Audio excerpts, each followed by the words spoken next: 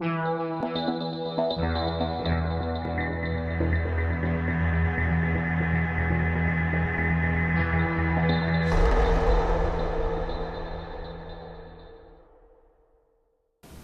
već 30 godina neumorno, moglo bi se čak reći na štetu vlastitog zdravlja i tome slično, radim na pitanju strogo naučnog karaktera.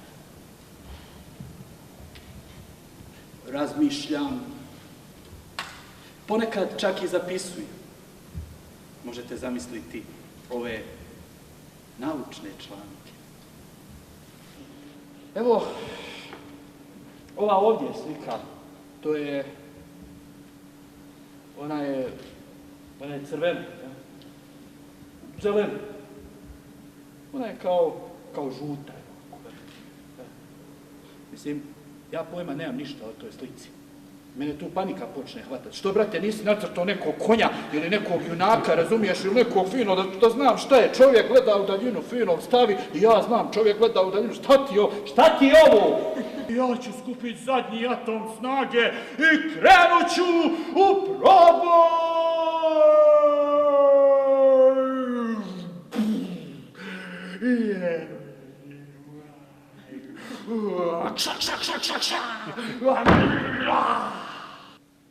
Ja znam za koga treba glasati.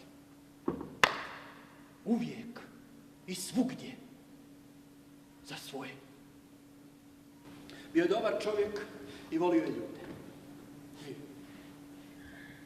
Bio je strašno dobar čovjek. Volio ljude, bio je dobar čovjek. On je bio tako dobar čovjek i on je tako volio ljude i on je strašno volio ljude i bio je tako dobar čovjek. Znate, on je strašno volio ljude. Oni se, mladiću, bore za dostojanstvo, gade mi se.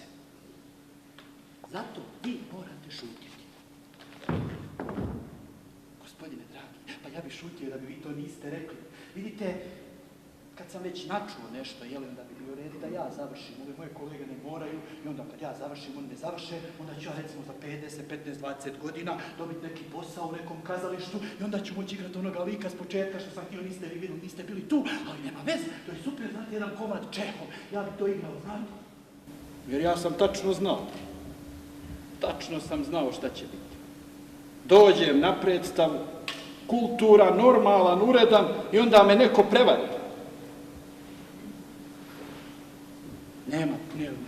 Nema scenografije, nema kostima, nema ništa. Šta snimaš? Šta je? Što je poslije izrezat, jel? Eto vidite, ja se ispričavam, ovo uopće niste trebali čuti. Ja sam glumac, ja sam trebao